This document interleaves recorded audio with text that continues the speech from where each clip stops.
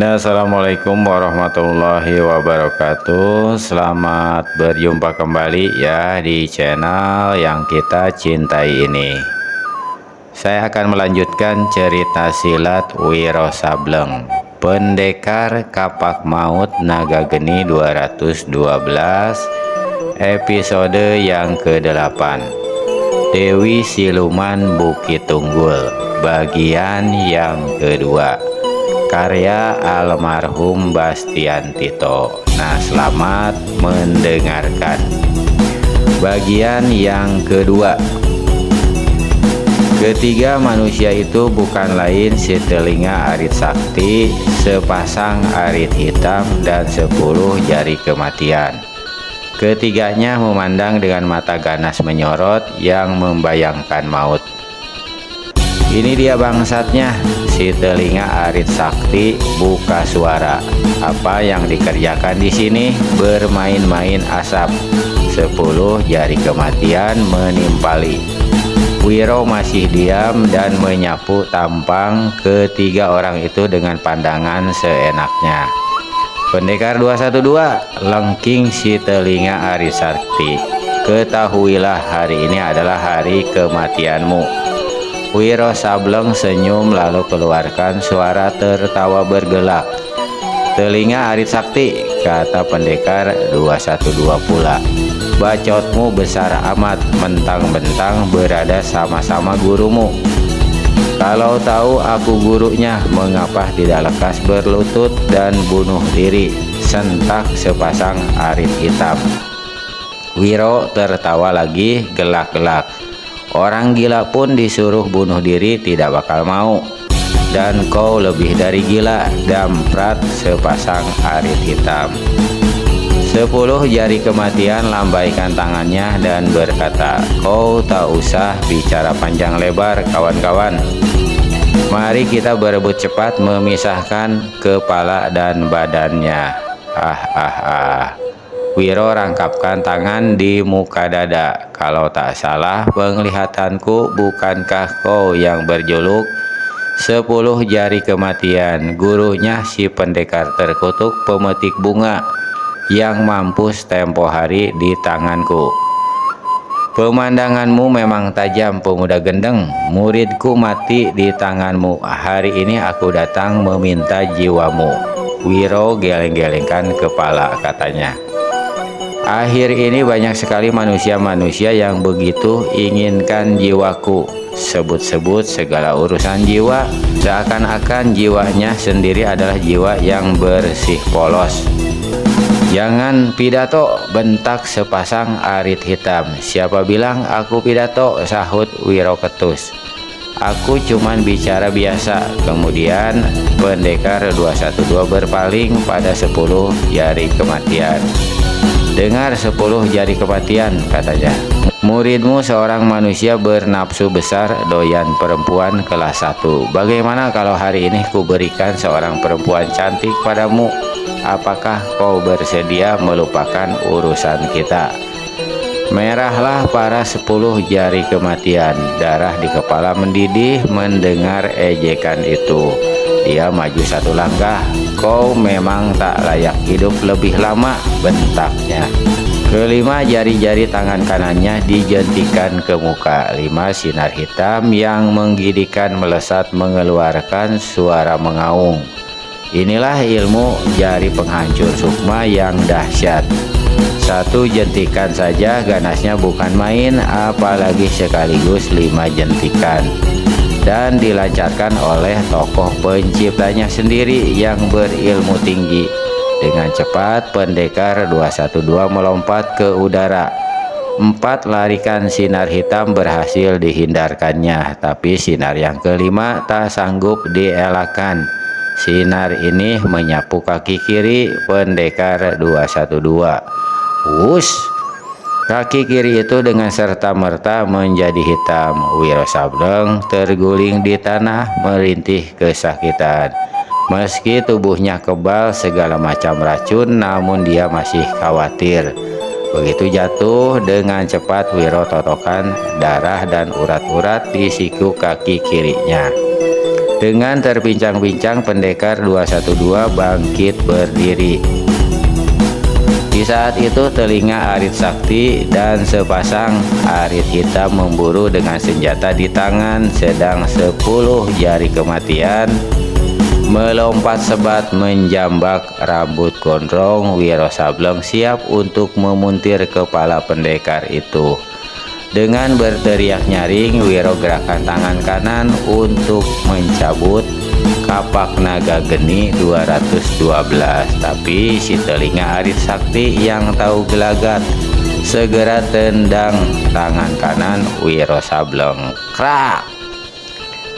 Patahlah lengan pendekar 212, tubuhnya terhempas ke tanah. 3 buah arit masing-masing, 2 di tangan sepasang arit hitam dan 1 di tangan telinga Arit Sakti menderu siap untuk membuat tubuh Wiro Sableng menjadi terkutung 4. Sedang jambakan 10 jari kematian akan menanggalkan kepalanya dari badan. Wiro Sableng hendak lepaskan pukulan sinar matahari, tapi sudah terlambat. Sudah tak ada kesempatan lagi. Tamatlah riwayatku, keluh pendekar ini. Dipejamkannya kedua matanya menanti saat kematian itu. Hanya beberapa detik lagi tubuh sang pendekar akan terkutung 4, dibabat 3 buah arit. Hanya beberapa detik lagi kepalanya akan tanggal dipuntir, maka terdengarlah teriakan lantang menggeledak. Setiap manusia di Pulau Madura ini adalah milik Dewi Siluman Ural. Kalian tak berhak merampas jiwa pemuda itu kecuali kalau mau ikut-ikutan mampus. Terkejutlah si telinga Arit Sakti, sepasang arit hitam dan 10 jari kematian. 4 sosok tubuh berkelebat. Perlahan-lahan Wiro Sableng buka kedua matanya yang tadi dipejamkan. Dan hampir tak dapat dipercaya pemandangan matanya sendiri saat itu. Betapa tidak, 4 pendatang baru ini adalah gadis-gadis cantik berpakaian biru. Leher mereka digantungi tengkorak manusia yang besarnya sekepalan tangan. Meski tampang mereka cantik-cantik, tapi membayangkan kebengisan, dugaan Wiro Sableng pastilah mereka orang-orang Dewi Siluman dari Bukit Tunggul. Sehabis melempar bola yang melepaskan asap hitam dan tebal itu, si nenek keriput cepat berguling dan lari meninggalkan jalan kecil. Dimasukinya rimba belantara, kemudian menyeruak di antara semak belukar lebat.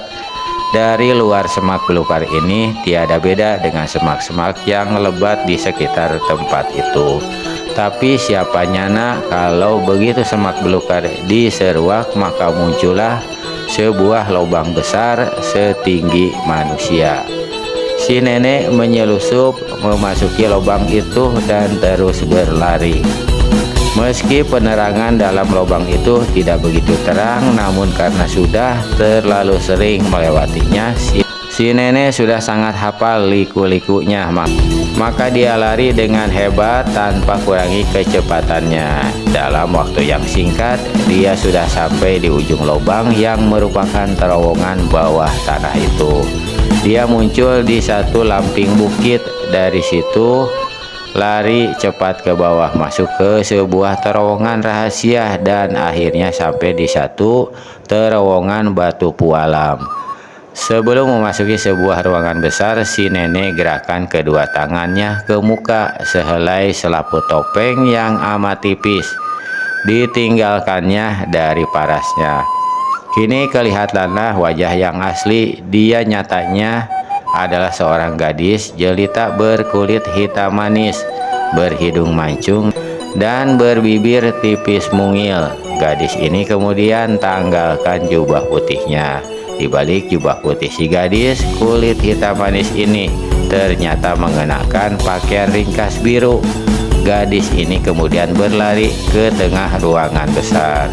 Salah satu tumitnya menekan ubin yang bergambar bunga mawar merah. Maka pada saat itu menggemaklah suara bertanya dalam ruangan itu, entah dari mana datangnya. Siapa yang mau masuk? Aku, Nariti, hendak menghadap Dewi, menjawab si gadis hitam manis. Silahkan masuk.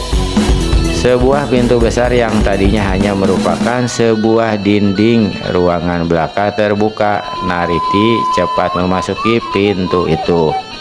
Ruangan di mana dia berada adalah sebuah ruangan yang jauh lebih besar dari yang pertama tadi. Seluruh rantai ditutupi permadani. Di samping kanan terdapat sebuah taman. Di tengah taman dihiasi dengan kolam berair biru. Beberapa gadis cantik asik mandi-mandi dalam kolam itu, bersimbur-simburan air dan bergurau sesama mereka. Beberapa lainnya duduk di tepi kolam memperhatikan. Semuanya mengenakan pakaian ringkas biru. Hai, itu si Nariti dari mana? Baru kelihatan, seru seorang gadis baju biru. Nariti, dari mana kau? Berseru yang lain. Nariti hanya melambaikan tangan lalu cepat-cepat menaiki sebuah tangga yang juga beralaskan permadani. Di bagian atas terdapat 3 buah pintu yang dijaga oleh 3 orang gadis berpakaian biru. Kemani? Aku mau bertemu dengan Dewi, berkata Nariti pada salah seorang gadis-gadis itu. Ada keperluan apakah? Tak usah tanya, katakan. Di mana Dewi saat ini? Cepat, ini penting sekali. Melihat keseriusan pada wajah Nariti, maka Kemani segera menjawab, Dewi berada di anjungan ketiga. Mendengar itu, maka Nariti segera memasuki pintu di samping kanannya. Pintu itu membawanya ke sebuah lorong yang kemudian menghubunginya dengan sebuah pintu biru yang tertutup. Di belakang pintu itu didengarnya suara petikan-petikan kecapi yang merdu. Nariti mengetuk daun pintu 3 kali berturut-turut, lalu 2 kali lagi. Suara kecapi di ruangan dalam berhenti. Siapa? Terdengar suara perempuan bertanya dari dalam. Suaranya halus tapi penuh wibawa dan ketegasan. Dewi, aku Nariti membawa laporan penting untukmu. Masuklah. Nariti mendorong daun pintu lalu masuk dengan cepat. Kamar yang dimasukinya selain bagus juga sangat luas. Lantai tertutup permadani biru yang tebal dan lembut. Tubuh serasa diawang-awang kalau menginjak kelembutan permadani itu. Di tengah ruangan terletak sebuah tempat tidur besar bersprei sutra putih. Di atas tempat tidur ini berbaringlah bermalas-malasan seorang perempuan muda. Umurnya paling banyak 23 tahun. Dia berpakaian sutra biru yang bagus dan menjelak ke permadani. Parasnya cantik sekali, tapi di balik kecantikan yang mengagumkan itu nyata kelihatan bayangan kekejaman. Matanya yang berkilat menyoroti Nariti dengan teliti. Kemudian dia berpaling pada gadis 17 tahun yang duduk di permadani yang tadi mempermainkan kecapi menghiburnya. Gadis ini juga berpalas jelita dan berkulit kuning langsat. Perempuan di atas pembaringan yang bukan lain dari Dewi Siluman adanya anggukan kepala. Maka gadis pemain kecapi yang mengerti isyarat ini segera mengambil kecapinya dari pangkuannya dan meninggalkan tempat itu lewat sebuah pintu di samping kanan. Katakan berita apa yang kau bawa, Nariti, ujar Dewi Siluman. Nariti menjura 2 kali baru menjawab. Ada beberapa pendatang baru di pulau kita ini, Dewi. Semuanya dari Pulau Jawa. Dewi Siluman yang menggumam dan petik serenceng buah anggur lalu memasukkan buah itu satu demi satu ke dalam mulutnya. Teruskanlah keteranganmu. Yang pertama ialah 10 jari kematian. Itu aku sudah tahu. 10 jari kematian sobat lama yang sengaja kuundang kemari. Siapa yang lain-lainnya? Yang lain-lainnya ialah dua orang nenek-nenek, yaitu sepasang arit hitam dan muridnya si telinga arit sakti. Perlu apa murid dan guru itu berada di pulau ini? Dewi Siluman memandang lewat jendela dari mana dia dapat melihat sebagian dari taman dan kolam yang tadi dilewati Nariti. Lalu tanyanya sambil mengunyah buah anggur dalam mulutnya. Apa masih ada pendatang yang lain? Ada Dewi, seorang pemuda sakti. Sepasang alis mata yang hitam dan bagus dari Dewi Siluman naik ke atas. Gerak-geriknya yang mencurigakan membuat aku menguntitnya selama 2 hari. Ternyata dia tengah mencari keterangan di mana letak tempat kita ini. Begitu. Menurutmu apakah dia membawa maksud baik atau jahat? Tanya Dewi Siluman. Pasti maksud jahat, Dewi. Kalau begitu dia mencari jalan ke akhirat, kata Dewi Siluman pula sambil lemparkan tangkai anggur keluar jendela. Tapi terangkan dulu segala sesuatunya tentang dia. Hampir di setiap tempat dia menanyakan pada penduduk, di mana letak Bukit Tunggul, di mana letak sarang kita. Kurang ajar, istanaku disebut sarang, maki Dewi Siluman. Teruskan Nariti. Tapi penduduk tak satu pun mau beri keterangan. Meski demikian, karena jelas pemuda ini sangat berbahaya bagi kita, maka dengan menyamar ku nantikan dia di jalan kecil di tepi hutan. Sengaja aku duduk di tengah jalan menghalanginya untuk mencari sengketa. Kemudian terjadi pertempuran antara kami, tapi nyatanya dia sakti sekali dan bukan tandinganku. Aku hampir saja dimakan totokannya kalau tidak lekas melemparkan bola asap hitam. Dewi Siluman merenung sejenak. Nariti adalah pembantunya yang memiliki ilmu tinggi. Kalau Nariti tidak sanggup melawan pemuda itu, pastilah si pemuda memiliki ilmu yang hebat. Siapa nama pemuda itu? Bertanya Dewi Siluman. Tak berhasil ku ketahui, Dewi.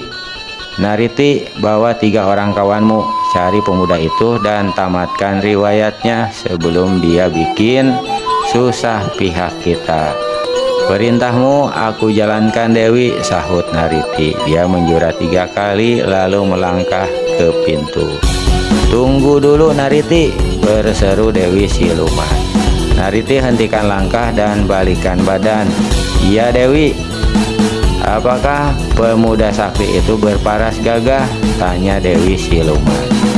Nariti memandang ke jendela lalu tundukkan kepala. Kalau dia memberikan jawaban bahwa pemuda itu memang berparas gagah, dia khawatir sang Dewi akan punya persangkaan yang bukan-bukan padanya. Karenanya Nariti tak beri jawaban. Dewi Siluman tertawa merdu laksana taburan mutiara yang jatuh berderai di atas lantai pualam. Dari kebisuan anak buahnya itu, dia segera maklum bahwa si pemuda yang mendatangi Pulau Madura adalah seorang berparas cakap. Kalau begitu tangkap saja dia hidup-hidup Nariti, kata Dewi Siluman pula. Jika parasnya betul-betul gagah, dia akan menjadi budakku. Tapi kalau tampangnya buruk, dia akan mati percuma. Nariti mengangguk. Dia menjura lagi 3 kali lalu tinggalkan kamar itu. Dewi Siluman memandang keluar jendela, memperhatikan anak buahnya bersimbur-simburan air di tengah kolam. Di sudut bibirnya mengelumit sekuntum senyuman aneh. Gadis jelita ini kemudian bertepuk 3 kali. Inani, gadis yang tadi memainkan kecapi, menghibur Dewi Siluman masuk kembali ke dalam kamar itu. Mainkan satu lagu yang bagus untukku, Inani. Lagu bagus tentang apa, Dewi? Tanya Inani. Apakah tentang lautan yang indah di waktu matahari terbenam, atau tentang bunga-bunga yang tengah mekar, atau tentang kebahagiaan hidup di Swargaloka, atau pula tentang pemandangan gunung yang tinggi hijau, atau tentang binatang-binatang yang bagus lucu. Dewi Siluman gelengkan kepala. Bukan tentang laut atau bunga-bunga atau binatang-binatang, Inani. Bukan tentang semua yang kau sebutkan itu, tapi tentang cinta, kata Dewi Siluman pula. Terkejutlah Inani mendengar jawaban dewinya itu. Selama ini sang dewi sangat membenci segala sesuatu yang berbau cinta kasih. Dewi Siluman selalu marah dan mendamprat bila dia memainkan lagu-lagu cinta, sekalipun dia memati kecapi itu seorang diri dalam kamarnya. Dan kini adalah aneh kalau sang dewi meminta dimainkan sebuah lagu cinta. Apakah telah berubah jalan pikiran dan lubuk hati sang dewi? Ada sesuatu yang telah terjadi dengan dewinya itu. Untuk lebih memastikan, maka bertanyalah Inani. Lagu cinta yang bagaimana, Dewi? Apakah cinta kasih seorang ibu terhadap anaknya, atau cinta kasih Tuhan terhadap hamba-hambanya? Jangan sebut-sebut Tuhan, sentak Dewi Siluman. Yang ada di dunia ini ialah kekuatan. Siapa yang kuat, dia akan berkuasa dan bisa berbuat sekehendak hatinya. Jadi Tuhan di dunia ini.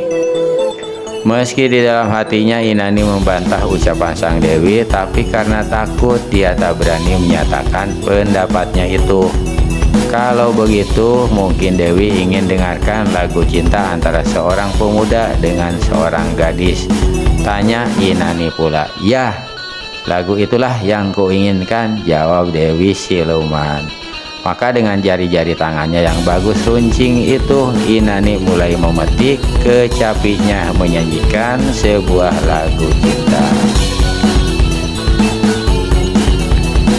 Petikan kecapi yang membawa lagu cinta itu menggema keluar kamar sampai ke kolam dan taman, di mana anak-anak buah Dewi Siluman tengah mandi-mandi dan duduk-duduk beristirahat. Semua mereka saling berpandangan lalu memutar kepala ke arah jendela di anjungan ketiga yang tingginya 40 tombak lebih.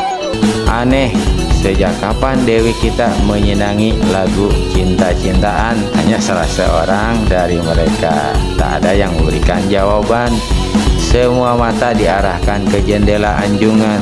Semua telinga mendengarkan. Suara kecapi yang merdu itu memasuki liang-liang telinga para gadis, laksana air gunung yang sejuk terus mengalir ke hatinya. Betapa indahnya sesuatu yang dipengaruhi oleh cinta. Betapa indahnya bercinta, cinta kasih antara laki-laki dan pemudi. Dan mereka semua adalah gadis-gadis yang selama ini tidak mengenal apa artinya cinta. Di dalam istana Dewi Siluman yang terletak di bawah Bukit Tunggul, itu hidup mereka hanyalah antara sesama gadis, sesama perempuan. Dan kini mendengar lagu cinta kasih itu, hati mereka laksana berontak, darah mereka menjadi panas. Walau bagaimanapun mereka adalah manusia-manusia biasa, gadis-gadis yang membutuhkan cinta kasih sayang seorang pemuda. Gadis-gadis yang selama ini hidup di alam suasana tertekan, dipaksakan untuk tidak mengenal cinta.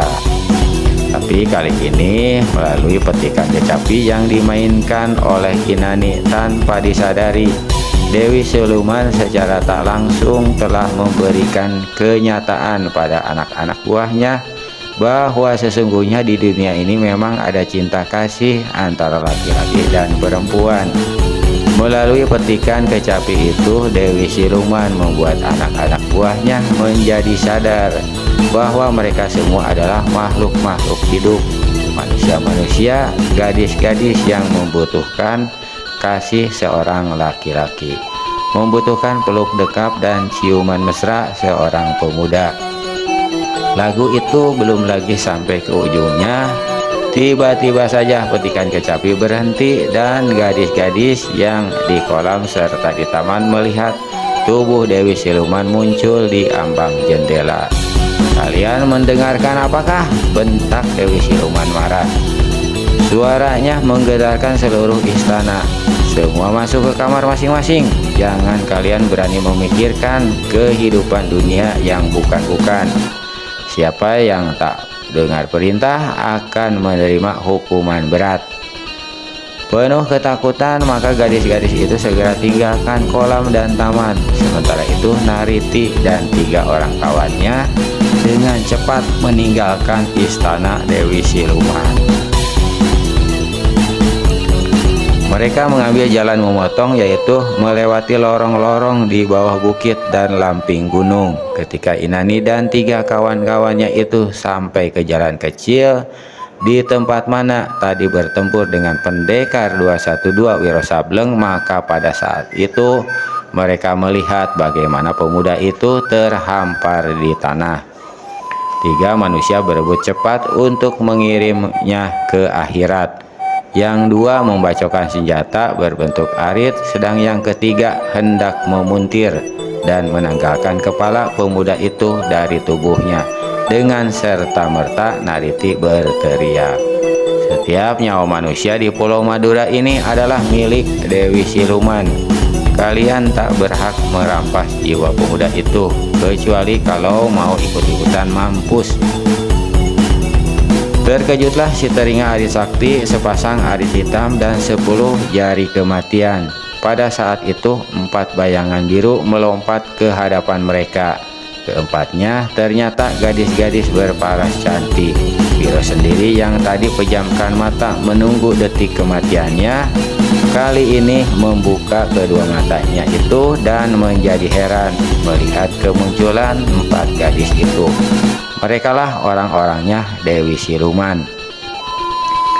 Gadis-gadis cantik begini macam sungguh tak dapat dipercaya. Gadis-gadis begitu jelita bisa membuat kejahatan, main bunuh di mana-mana, membunuh manusia-manusia tak berdosa, termasuk anak-anak dan orang-orang tua tak berdaya.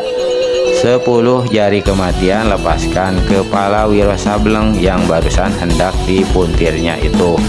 Pasang arit hitam dan telinga Arit Sakti batalkan bacokan arit mereka. Dengan kertakan rahang penuh geram, 10 jari kematian membentak, "Gadis-gadis baju biru, kalian siapakah yang berani lancang ikut campur urusan orang lain?"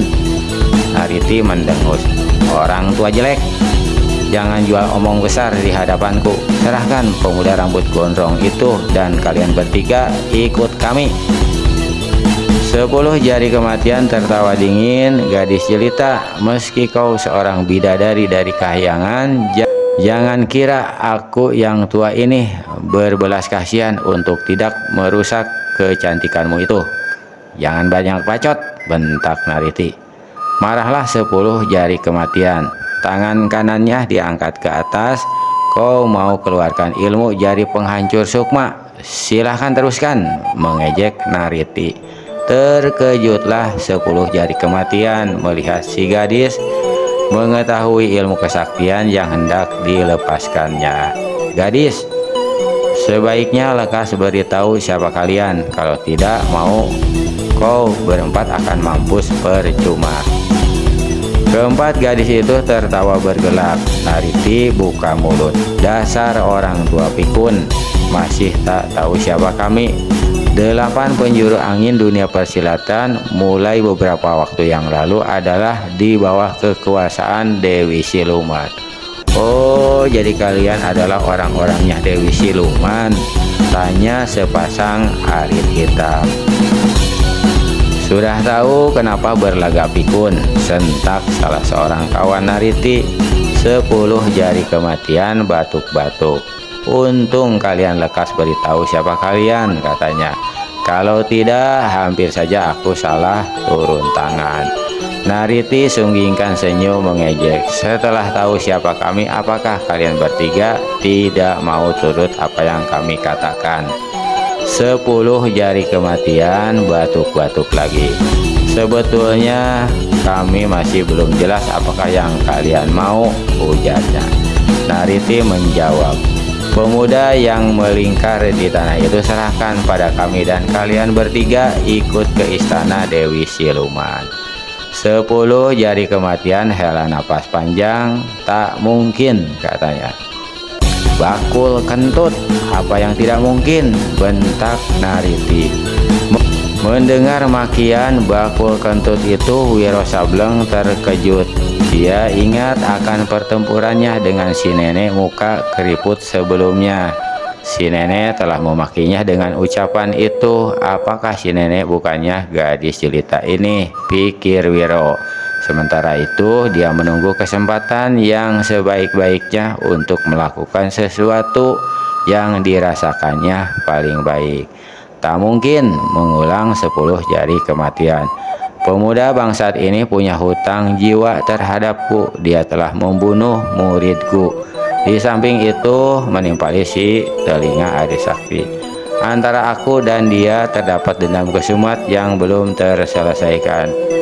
Peduli dengan hutang nyawa, persetan dengan segala dendam kesumat. Apakah di Pulau Madura ini ada bangsa Kuaci yang berani menantang perintah Dewi Siluman dari istana Bukit Tunggul?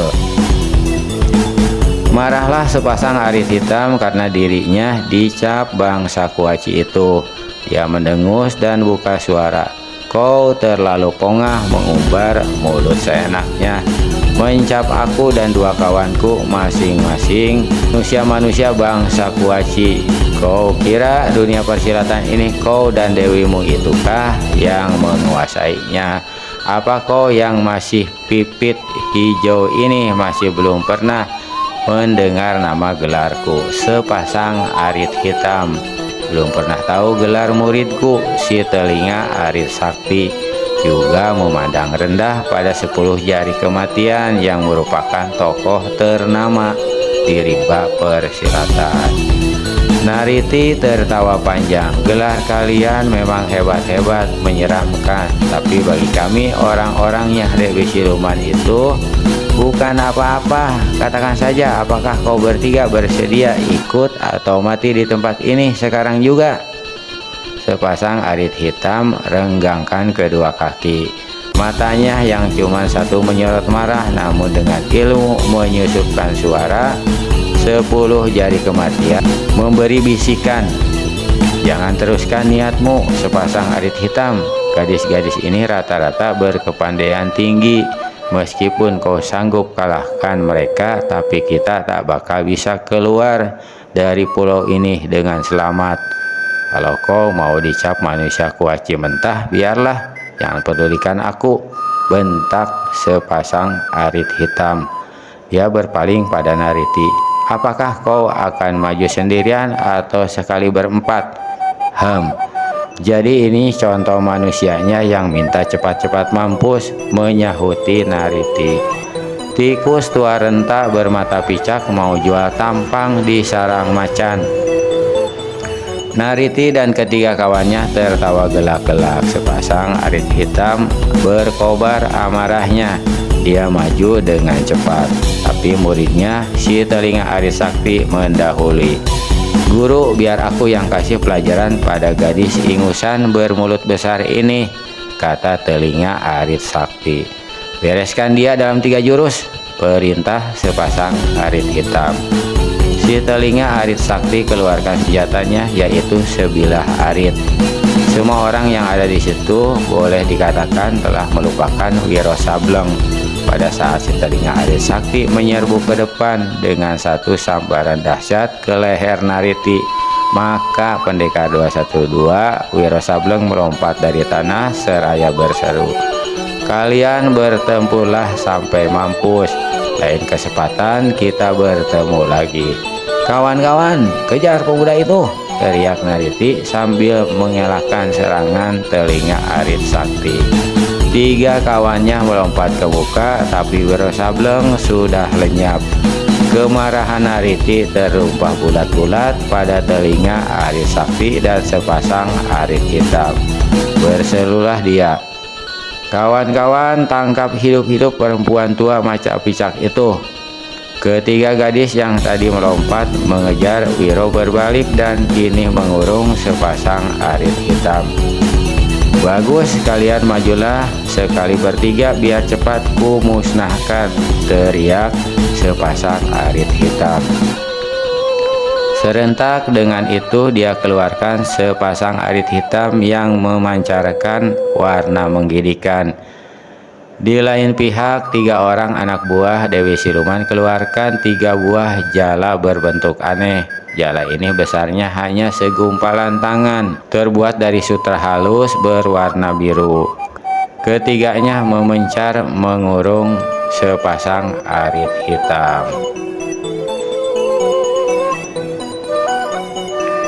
Didahului dengan pekik yang dahsyat, sepasang arit hitam menyerbu dan bagaikan 6 serangan arit kepada 3 orang lawannya. Warna hitam dari kedua senjatanya menderu mengerikan.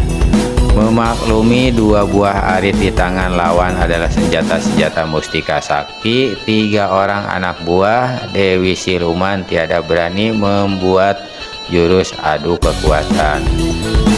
Mereka menyurut beberapa langkah ke belakang. Begitu sepasang arit lewat, maka ketiganya menyerbu ke muka. Secepat kilat tebarkan jala sutra biru. Sepasang arit hitam sewaktu melihat 3 tebaran warna biru menyungkupi bagian atas tubuhnya, dengan cepat merunduk dan sepasang senjatanya kini menderu ke arah lengan-lengan 3 orang anak buah Dewi Siluman dari Bukit Tunggul. Tapi serangannya yang kedua ini kembali mengenai tempat kosong, karena dengan sebat 3 gadis baju biru tarik lengan serta jalanya untuk kemudian menyerang lagi dengan tebaran jala ke arah pinggang dan ke kaki sepasang arit hitam. Naiklah amarah sepasang arit hitam. 3 gadis anak buah Dewi Siluman itu ternyata tidak mudah baginya untuk merubuhkan. Dia melompat ke udara setinggi 4 tombak dan babatkan arit di tangan kanan ke arah 3 buah jala, sedang arit di tangan kiri disapukan dengan ganas pada kepala ketiga gadis yang mengeroyoknya. 3 gadis melengking keras, tubuh mereka lenyap dan tahu-tahu sepasang arit hitam merasakan bagaimana salah satu dari jala sutra lawan telah menjirat arit di tangan kanannya. Betapapun dia coba untuk menariknya dengan sekuat tenaga, namun tak berhasil. Dia terpaksa serahkan arit yang satu itu kepada lawan untuk selamatkan lengannya dari sambaran 2 jala sutra lainnya. Ketiga gadis tertawa mengejek. Seorang di antara mereka berkata, "Inikah nenek-nenek sakti tokoh dunia persilatan terkenal yang bergelar sepasang arit hitam itu? Wah, nyatanya tak lebih dari bangsa kurcaci saja." Bola mata kiri sepasang arit hitam kelihatan seperti berapi-api, sedang mata kanannya yang berlobang besar tampak tambah cekung menggigitkan. Perempuan tua ini pindahkan arit yang di tangan kirinya ke tangan kanan. "Gadis-gadis keparat, kenalkan kalian akan jurus lain." 3 orang anak buah Dewi Siluman sunggingkan senyum mengejek, tapi karena ingin tahu mereka menunggu dan memperhatikan. Sepasang arit hitam berdiri dengan kaki merenggang. Tangan kiri diangkat tinggi-tinggi agak ke belakang, kepala sedang arit di tangan kanan diacungkan lurus-lurus ke muka. Kelihatannya acungan arit itu merupakan bulan-bulanan serangan yang empuk, namun jika seorang coba menyerang, maka secepat kilat tangan kiri akan memukul ke muka. Arit berkiblat dan kaki kiri menendang. Jika 3 serangan ini masih gagal, maka dengan menjejakkan kaki kanan ke bumi, sepasang arit hitam akan sanggup lancarkan serangan susulan yang lebih ganas dari yang pertama tadi. Karena memang tidak mengenal jurus apa yang bakal dikeluarkan si nenek, namun melihat sikap dan tampang si nenek yang demikian menggilikan, tiga gadis itu diam-diam memaklumi bahwa lawan mereka hendak mengeluarkan satu jurus serangan yang dahsyat. Karenanya ketiga gadis ini bersiap-siap siaga. Bagi pihak mereka sendiri, jika lawan mereka itu salah-salah langkah dalam melancarkan serangan, akan segera pula menjadi mangsa mereka. Sementara itu pertempuran antara Nariti dan setelinga Arit Sakti berjalan sangat seru. Telinga Arit Sakti kirimkan jurus-jurus yang mematikan. Aritnya yang putih mengeluarkan sinar bergurung-gurung melanda ke arah Nariti. Namun Nariti sendiri bukanlah seorang lawan jenis murahan. Tubuhnya hampir lenyap dari pemandangan. Cuman bayangan warna biru pakaiannya saja yang kelihatan berkelebat kian kemari. Mendadak sontak terdengar pekik menggigitkan keluar dari mulut Nariti. Belum habis pekik itu menyusul lengkingan si telinga Arit Sakti. Senjatanya kelihatan mental ke udara. Satu tangan menyambar senjata itu, dan sekejap kemudian Arit putih itu menderu laksana kilat ke arah batang leher pemiliknya sendiri. "Tahan!" teriak 10 jari kematian yang menyaksikan bagaimana si telinga Arit Sakti tiada sanggup mengelakkan serangan maut itu. Tapi mana Nariti mau ambil peduli teriakan tokoh silat itu. Arit di tangannya terus menderu dan keras. Putuslah leher telinga Arit Sakti. Tubuh dan kepala terpisah, darah menyembur mengerikan. Sepasang arit hitam pelototkan mata kirinya besar-besar sewaktu di hadapannya menggelinding kepala muridnya sendiri. Dari tenggorokannya keluar suara mengaum macam harimau lapar, dan sekejap kemudian tubuhnya pun berkelebat ke muka. Lancarkan satu jurus serangan yang sejak tadi disiapkannya, yaitu jurus tiga naga mengamuk di atas air laut. Jurus ini memang bukan olah-olah dahsyat dan ganasnya. Arit di tangan kanan menderu berputar-putar macam kepala seekor naga. Tangan kiri memukul ke depan laksana kepala naga mematuk, sedang kaki kiri menyapu laksana ekor naga mematil. Debu dan pasir jalanan berterbangan, daun-daun pohon bergetar, dan banyak yang gugur. Karena untuk lancarkan jurus hebat itu, sepasang arit hitam kerahkan seluruh bagian tenaga dalamnya. 3 anak buah Dewi Siluman dari Bukit Tunggul tidak tinggal diam. Masing-masing mereka berteriak nyaring, dan tangan kiri dipukulkan ke depan. 3 larik sinar biru kelihatan dengan ganas memapas jurus tiga naga pengamuk di atas air laut dari sepasang arit sakti itu. "Tobat, tobat!" seru 10 jari kematian seraya pukul-pukul keningnya sendiri. "Demi setan, hentikan pertempuran ini. Kalau tidak kalian sama-sama dengan bunuh diri." "Bakul kentut!" semprot Nariti. "Kau tak usah jual bacot, jangan campuri urusan yang tak ada sangkut pautnya dengan dirimu." Rahang-rahang 10 jari kematian kelihatan menonjol. Kedua tangannya mengepal. "Gadis," desisnya, "kalau tidak memandang muka dewimu, aku tak akan terima ucapanmu itu." Nariti tertawa dingin dan mengejek. "Kalau kau punya nyali, silahkan masuk ke dalam kalangan pertempuran," kata gadis itu seraya goyangkan kepalanya ke arah pertempuran yang berlangsung. 10 jari kematian hendak buka mulut, namun di saat itu terdengar pekikan salah seorang dari 3 gadis pengeroyok sepasang arit hitam. Tubuh gadis itu mental dan lengannya sebelah kanan patah dimakan tendangan kaki kiri sepasang arit hitam. Meski dapat mencelakakan salah seorang pengeroyoknya, namun nenek-nenek sakti ini tiada sanggup mengelakkan libatan Jala Sutra Biru, salah seorang lawan lainnya, pada kaki kirinya yang tadi menendang. Dalam dia bergulat untuk membebaskan kaki kiri itu, jala kedua menderu melibat bagian tubuhnya mulai dari dada sampai ke kepala. Betapapun tokoh silat ini bergulat untuk membebaskan diri, namun sia-sia belaka. Jala yang terbuat dari sulta halus biru itu mempunyai kekuatan yang hebat sekali. Sepasang arit hitam menggerung, jatuhkan diri ke tanah dan berguling dalam masih berusaha membebaskan diri. Gulingan tubuhnya terhenti sewaktu Nariti injakan kaki kanannya di perut tokoh silat tua itu. Tak satu kekuatan pun yang sanggup melepaskan jiratan jala itu, kata Nariti dengan nada bengis. Sekali kakinya menendang, maka pingsanlah sepasang arit hitam. Kau keterlaluan, teriak 10 jari kematian marah sekali. Nariti tertawa dingin dan menjawab, terhadapmu aku bisa berlaku lebih keterlaluan lagi, kakek bakul kentut.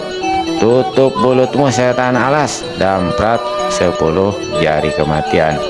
Nariti mengekeh, meski wajahnya jelita, tapi mimiknya waktu mengekeh itu menyeramkan sekali. Orang tua, bakul kentut sialan, kalau saja Dewi kami tidak memerintahkan membawamu hidup-hidup ke istananya, niscaya tubuhmu sudah jadi bangkai saat ini. Penghinaan dan kesombonganmu sudah lewat batas, gadis hijau. Di lain hari kelak kau akan rasakan akibatnya. Nariti tertawa gelak-gelak, tubuh sepasang arit hitam dipanggulnya di bahu kiri. Kemudian katanya pada 10 jari kematian, ikuti kami. Sekali kau berbuat yang tidak kuinginkan, kau akan menyesal sampai ke liang kubur. Meski kemarahan tidak tertahan lagi oleh tokoh silat yang namanya telah menggetarkan dunia persilatan itu, namun mau tak mau karena mengingat hubungan baiknya selama ini dengan Dewi Siluman dan kedatangannya ke Pulau Madura itu justru atas undangan sang Dewi, maka akhirnya 10 jari kematian mengikuti juga keempat gadis itu dari belakang. Bersambung. Paling segitu dulu aja teman-teman ya, nanti akan kita lanjutkan lagi. Mohon maaf atas segala kekurangan. Terima kasih atas segala perhatian. Wabillahi taufik wal hidayah. Wassalamualaikum warahmatullahi wabarakatuh.